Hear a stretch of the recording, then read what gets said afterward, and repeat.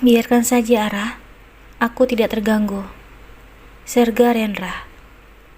Ketika Ara ingin meraih tubuh Jorah yang berada di pangkuannya, Ara pun duduk tidak jauh dari Rendra, memperhatikan lelaki itu yang sedang mengusap punggung Jorah.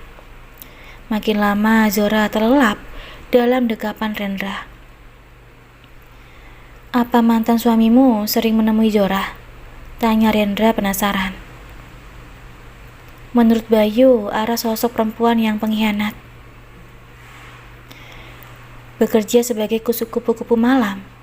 Tetapi Rendra menemukan fakta lain. Otija mengatakan, Ara mempunyai hutang pada sang Germo. Dia terpaksa melakukan hal tersebut. Dan kenyataan lain yang Rendra lihat. Ara sosok perempuan pekerja keras, mencukupi kebutuhan hidup sehari-hari dengan berjualan makanan. Tidak pernah, bahkan saat Jorah sakit, dia tidak mau membiayai rumah sakit, sehingga saya harus menerima bantuan dari seseorang yang ternyata menjebak saya, ungkap Ara, buru-buru mengalihkan pandangannya dari tatapan lekat Rendra.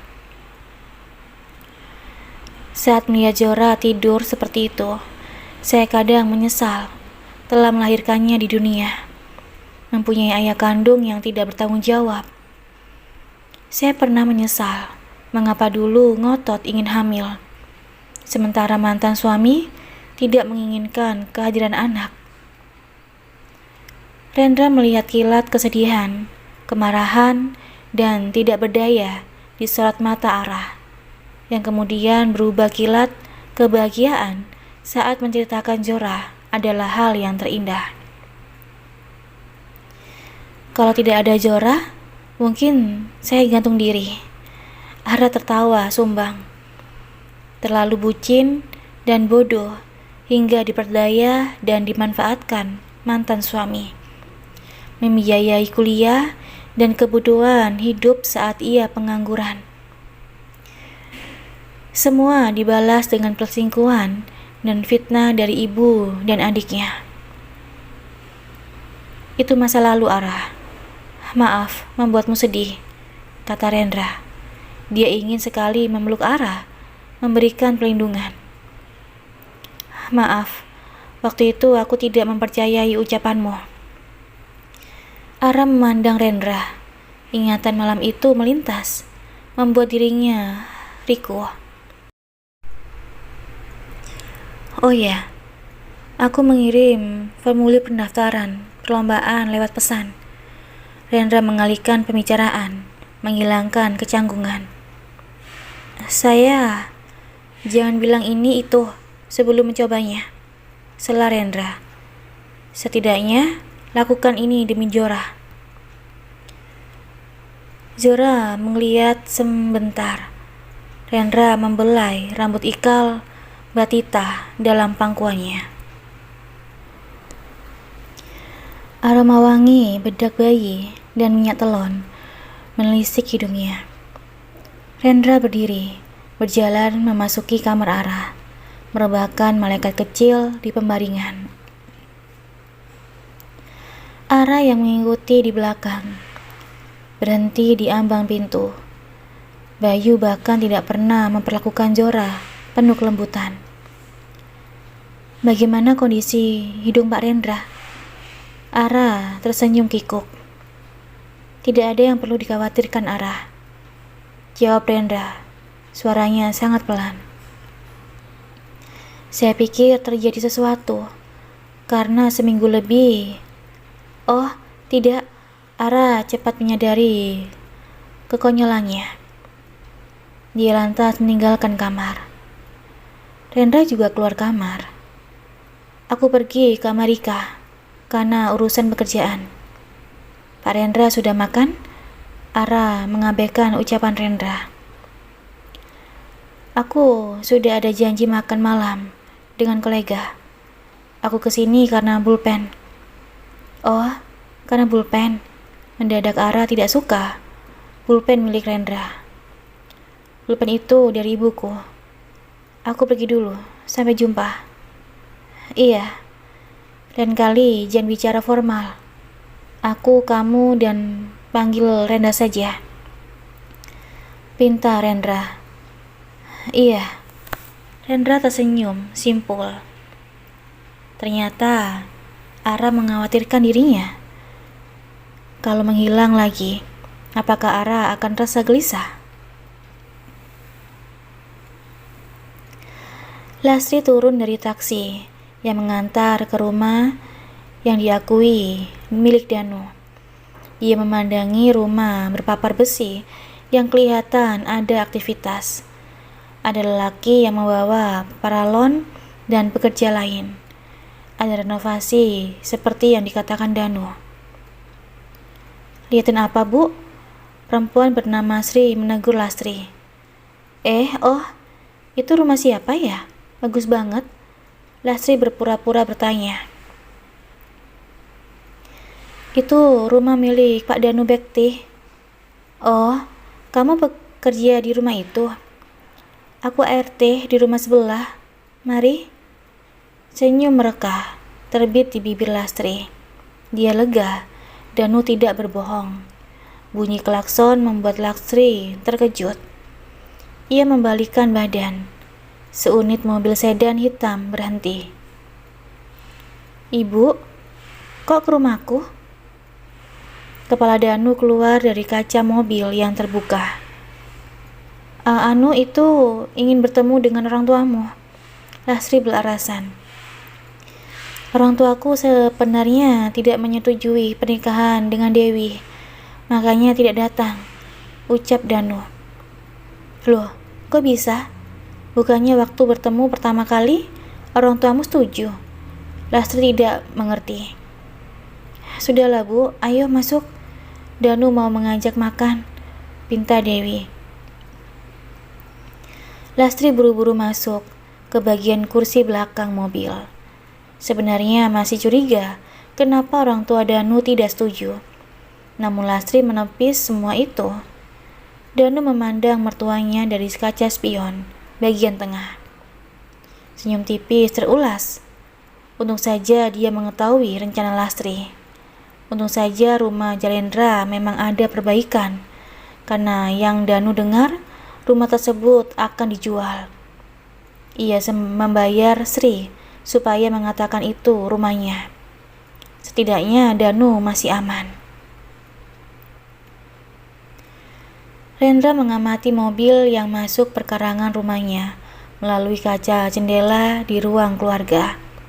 Dia sengaja mengundang Gisel dan Bayu makan siang, juga Handoko. Kedua telapak tangannya mengepal saat melihat sosok Bayu keluar mobil. Rendra ingin sekali memukul wajah klimis Bayu. Setelah berhasil mendapatkan pekerjaan dan posisi yang bagus, tega membuang arah, menggait sepupunya yang bodoh.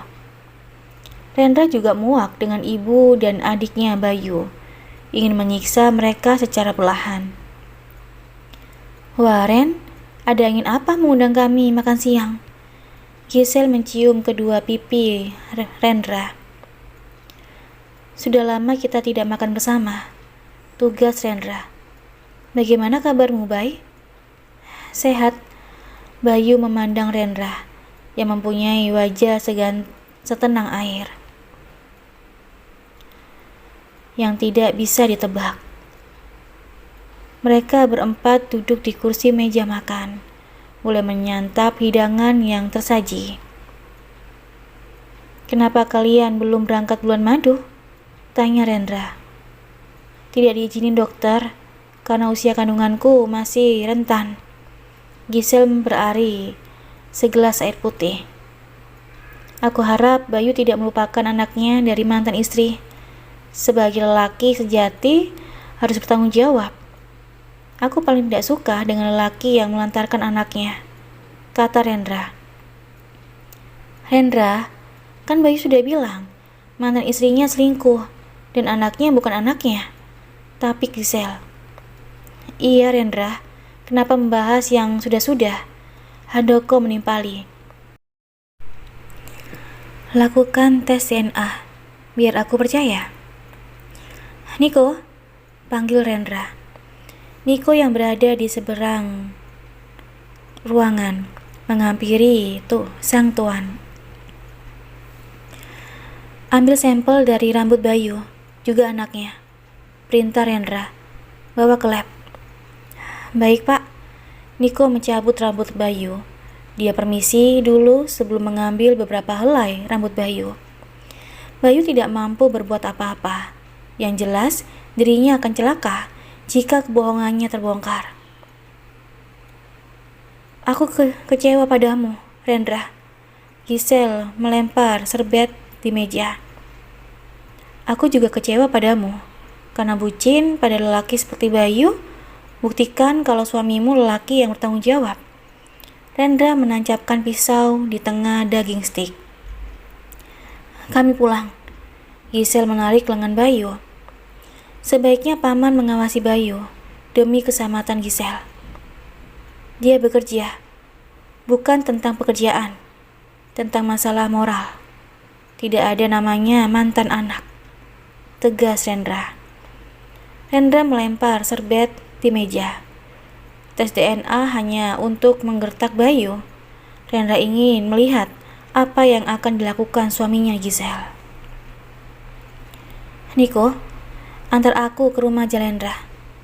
Iya pak. Satu kotak hadiah telah disiapkan Rendra untuk Ara. Akan tetapi, saat sampai di kediaman Jalendra, Ara dan putrinya tidak ada. Rendra harus mengecek kamar Ara. Dia bernafas lega karena pakaian masih tertata rapi di lemari. Di dapur, bekas piring kotor masih ada di meja. Rendra memutuskan menunggu Ara. 30 menit kemudian, Rendra mendengar suara mesin mobil. Ia segera berdiri, melihat dari bilik kaca jendela. Tampak seunit taksi berhenti di halaman rumah. Ara yang menggendong putrinya di bagian depan turun dari kendaraan tersebut. Supir taksi membantu Ara mengeluarkan kantong plastik belanjaan dari bagasi. Jumlahnya ada 5 kantong plastik. Rendra pun keluar rumah ketika taksi sudah pergi. Membantu Ara yang kerepotan. Masuk, biar aku yang membawa kantong-kantong plastik itu. Perintah Rendra. Pak Rendra, sudah lama cepat masuk. Kasihan Jorah. Rendra melangkah masuk, sembari membawa kantong belanjaan. Ara berjalan cepat masuk rumah, merebahkan tubuh Jorah di kasur. Putrinya terlelap waktu perjalanan pulang. Dia lantas menemui Rendra di ruang tengah. Muka lelaki itu tampak gusar. Di mana Danu? Sudah aku bilang suruh Danu mengantarmu, Ara. Rendra membayangkan Ara mendorong troli yang penuh sayur dan buah-buahan sambil menggendong Ara. Kemudian mendorong troli ke teras supermarket menunggu taksi. Oh, Danu ke bengkel, Pak. Katanya ada kerusakan. Jelas Ara. Niko, cari Danu.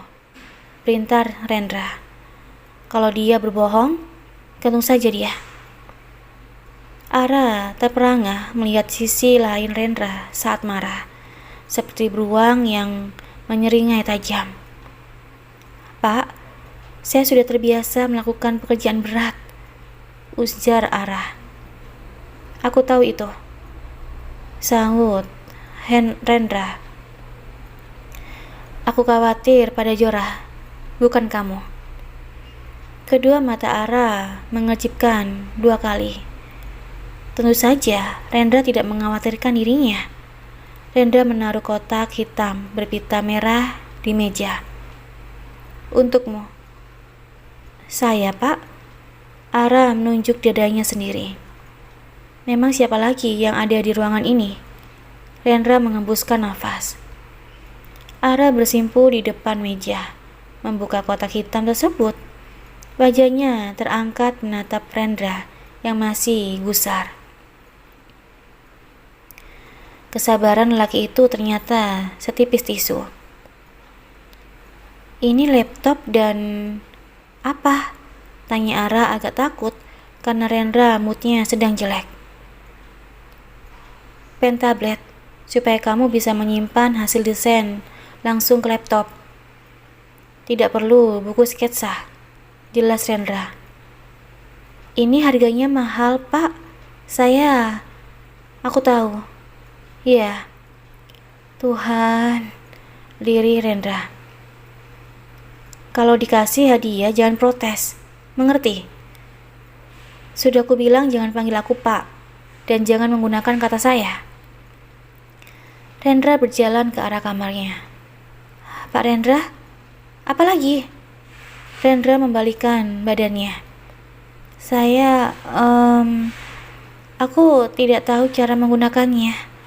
Ara meringis lucu. Nanti saja, aku mau tidur, saut Rendra, meneruskan langkah kakinya.